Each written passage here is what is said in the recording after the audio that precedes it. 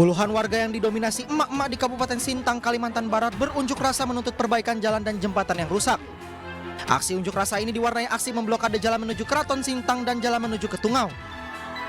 Aksi unjuk rasa kali ini merupakan aksi unjuk rasa yang kedua kalinya sebagai tindak lanjut aksi unjuk rasa yang pertama yang dilakukan pada tahun 2022 lalu.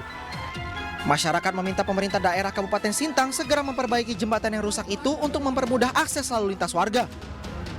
Jalan itu tidak bisa, kami mohon diperbaiki dari pemerintah, berapa tahun belum diperbaiki, kami mohon tolong, kami dianggap sebagai masyarakat, pemerintah tolong. Pemerintah hanya janji saja, tapi tidak ada buktinya. Sekarang kami aksikan demo ini bukan untuk melawan, tidak. Sudah 3 tahun kami menunggu.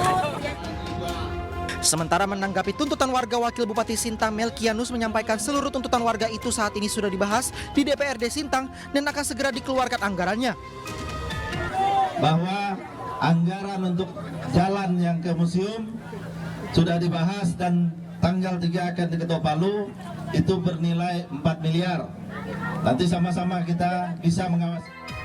Aksi unjuk rasa emak-emak warga kampung seberang ini mendapat pengamanan dan jajaran kepolisian Resor Sintang dan berjalan aman dan tertib. Dari Sintang, Kalimantan Barat, Trianto, iNews melaporkan. Sementara itu, pemirsa, unjuk rasa memperingati Hari Sumpah Pemuda di Sulawesi Selatan berlangsung ricuh. Di Goa, pengunjuk rasa terlibat kericuhan dengan polisi. Sementara di Makassar, 7 mahasiswa diamankan polisi.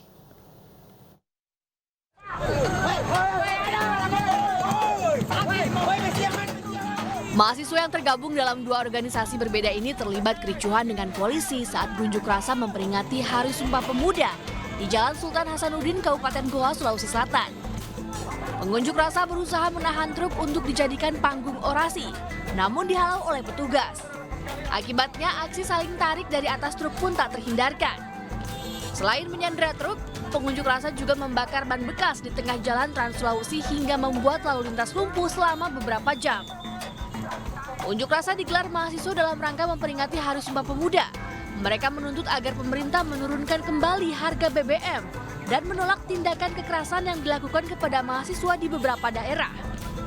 Aktivis mahasiswa atau GPAM melakukan unjuk rasa hari ini sebagai bentuk momentum Sumpah Pemuda tahun 2023. Kami membawa isu pendidikan wajib gratis dan juga turunkan harga BBM yang kemudian kami anggap tidak selaras dengan pendapatan rakyat menengah ke bawah.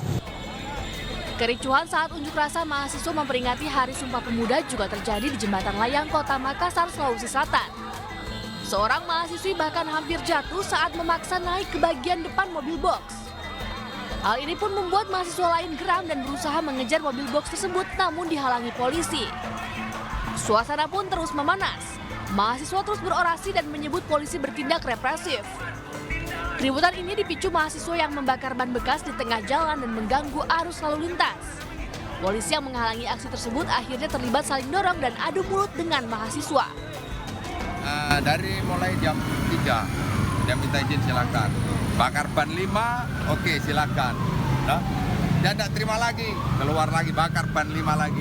Tidak terima lagi, dia tutup jalan. Saya kasih kesempatan silakan. Tidak terima lagi, dia ambil tahan mobil, kemudian dia mau orasi dalam senjatanya. Sehingga kami persuasif, kami bubarkan. Para mahasiswa pun berhamburan saat polisi berusaha membubarkan aksi yang berlangsung hingga jelang malam hari. 7 mahasiswa diamankan dan dibawa ke Polrestabes Makassar untuk diperiksa. Tim Liputan iNews melaporkan.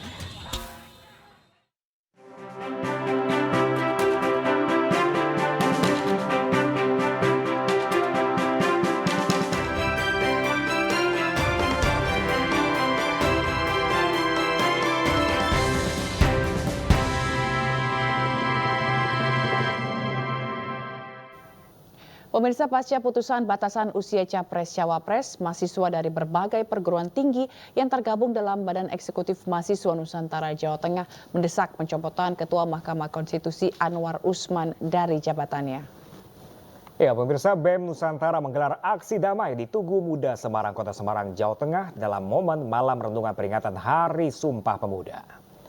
Mahasiswa menilai apa yang diputuskan Mahkamah Konstitusi terkait batasan usia Capres-Cawapres telah melanggar konstitusi menuai kontroversi dan membuka peluang dinasti politik. Apalagi putusan Mahkamah Konstitusi tersebut kental dengan nepotisme. Guna memuluskan langkah keponakan Ketua MK Anwar Usman yakni Gibran Rakabuming Raka yang adalah putra Presiden Jokowi menjadi cawapres Prabowo Subianto di Pilpres 2024. Pada malam hari ini kita bersama-sama tadi menuntut untuk kemudian mencopot Ketua Mahkamah Konstitusi serta mendesak Presiden RI dalam hal ini Bapak Jokowi untuk kemudian mereformasi tubuh Mahkamah Konstitusi. Sementara itu pemirsa, keputusan Ketua Mahkamah Konstitusi Anwar Usman yang mengabulkan batas usia capres-cawapres mendapat perhatian dari sejumlah guru besar ahli hukum tata negara. Putusan itu dianggap beraroma nepotisme karena Anwar Usman merupakan ipar Presiden Joko Widodo.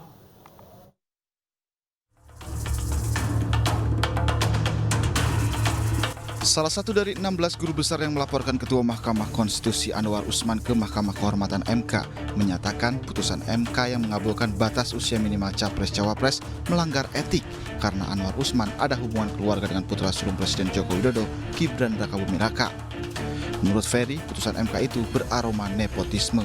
Langkah-langkah ini menurut saya tidak sehat dan tentu saja mengganggu demokrasi. Dan paling penting, Anwar telah melanggar ketentuan di dalam Undang-Undang Kekuasaan Kehakiman dan Undang-Undang MK, di mana dia diwajibkan untuk mengundurkan diri jika terkait dengan keluarganya. Bahkan kalau dilihat Undang-Undang Penyelenggaraan Negara yang Bersih dan Bebas Korupsi, Kolusi, dan Nepotisme, maka telah terjadi nepotisme dan berdasarkan pasal 22 Undang-Undang tersebut, ini terkategorikan sebagai pidana yang otomatis itu juga melanggar etik. Sementara itu, peneliti Pusat Studi Konstitusi atau Pusako, Beni Kurnia Ilahi berharap Majelis Kehormatan MK bisa memutus dugaan pelanggaran etik Anwar Usman dengan adil. Lantaran menurut Beni, Anwar Usman dianggap secara serampangan mengubah batas usia minimal capres-cawapres dengan menambahkan klausul pernah menjabat sebagai kepala daerah. Tentu saja berseberangan dengan prinsip nemo judic ins causa sua yang menyatakan bahwa hakim tidak boleh menangani perkara bila terdapat hubungan pertalian antara hakim yang menangani perkara tersebut. Yang kedua, posisi hakim MK terkait dengan putusan usia calon presiden dan wakil presiden tersebut sebetulnya belum selesai. Karena ada komposisi secara concurring opinion dan juga dissenting opinion yang kemudian masih dipertanyakan akhir dari putusan tersebut. Sehingga ini merupakan suatu hal yang perlu kemudian ditinjau ulang selaku Ketua Mahkamah Konstitusi Anwar Usman untuk melakukan evaluasi terhadap putusan yang belum final tersebut. Putusan MK yang mengabulkan gugatan batas usia capres-cawapres juga mendapat penolakan dari sejumlah pihak. Mereka menggelar aksi turun ke jalan untuk menolak putusan MK tersebut yang dianggap memberikan karpet merah untuk Gibran Rakabuming Raka maju di Pilpres 2024. Tim Liputan iNews melaporkan. Ketua DPP PDI Perjuangan Ahmad Basara menyebut Gibran Rakabuming Raka sebagai pembangkang usai menjadi bakal calon wakil presiden. Ya, PDI Perjuangan menunggu niat baik Gibran mengembalikan kartu tanda anggota partai.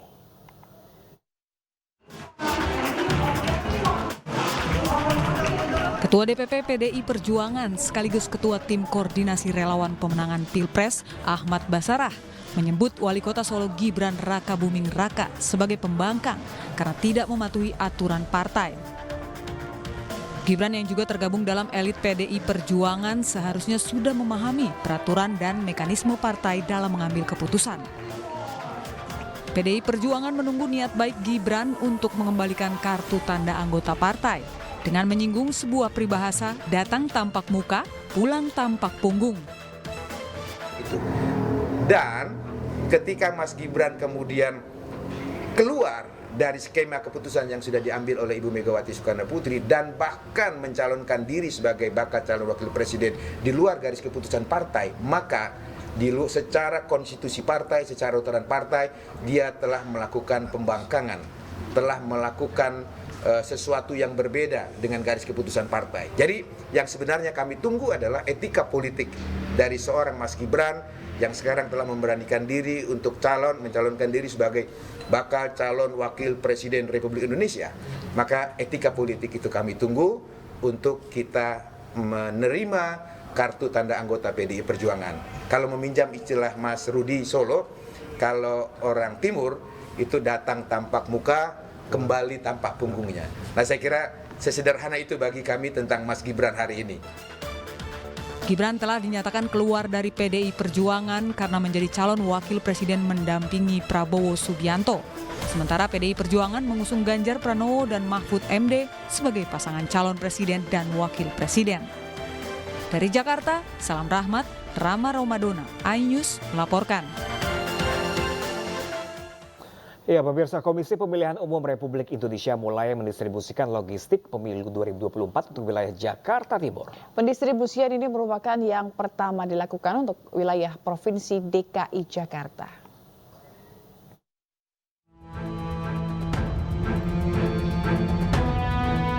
Bertempat di salah satu gudang di kawasan Cakung, Jakarta Timur, Komisi Pemilihan Umum Republik Indonesia mulai mendistribusikan logistik pemilu 2024. Berupa kotak suara, bilik suara, dan segel plastik.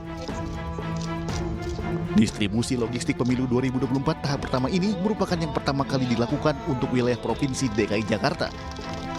Sebanyak 6.185 kotak suara, 1.640 bilik suara, dan 185.200 segel plastik diterima oleh KPU Jakarta Timur. Pendistribusian logistik pemilu secara bertahap ini akan berlangsung hingga Senin lusa. Pada minggu esok dan Senin lusa, logistik berupa surat suara, peralatan, dan sebagainya akan didistribusikan. Tahap pertama itu ada kotak, bilik, sama plastik plus nanti tinta. Itu tahap pertama. Ya, nanti tahap kedua itu nanti ada kotak suara, terus peralatan dan sebagainya. Rencananya, logistik pemilu 2024 akan dijaga personel gabungan dari pihak KPU, Polres Metro Jakarta Timur, dan Kodim Jakarta Timur. Sementara petugas pemadam kebakaran juga melakukan simulasi pemadaman jika terjadi hal yang tak diinginkan. Dari Jakarta, Rio Manik, iNews melaporkan. Pemirsa, calon Presiden Partai Perindo Ganjar Pranowo menghadiri Future Heroes Exist dan Excel Together Young Movement Conference 2023 yang digelar di Balai Sarbini, Jakarta. Ya, pemirsa, pada momen Hari Sumpah Pemuda ini, Ganjar optimis Indonesia akan mampu meraih kejayaan dengan kemampuan dan prestasi yang dimiliki pemuda-pemudi Indonesia.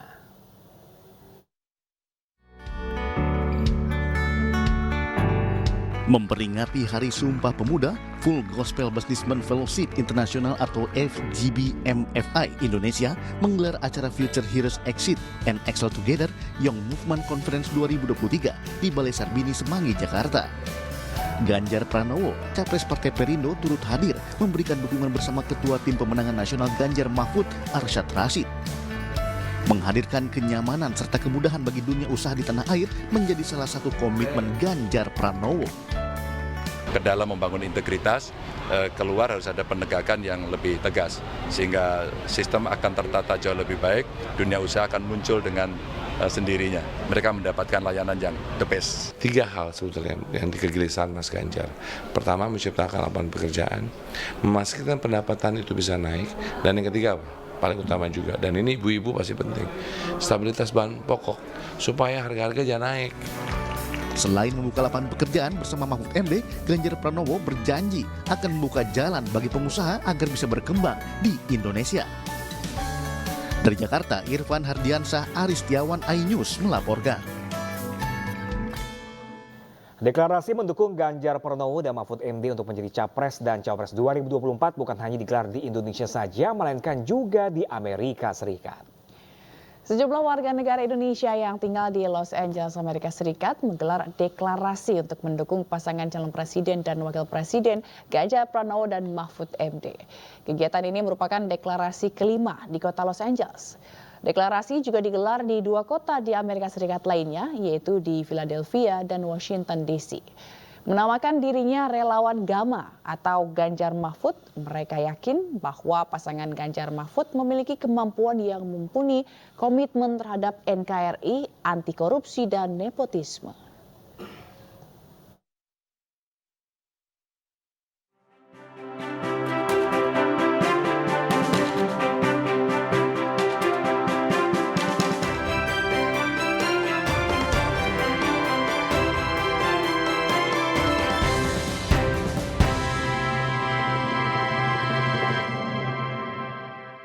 Waspada stroke. Stroke adalah penyakit utama kecacatan di seluruh dunia dan lebih dari 12 juta orang terserang stroke setiap tahunnya. Jangan kemana-mana, iNews yang akan kembali usai jeda berikut ini.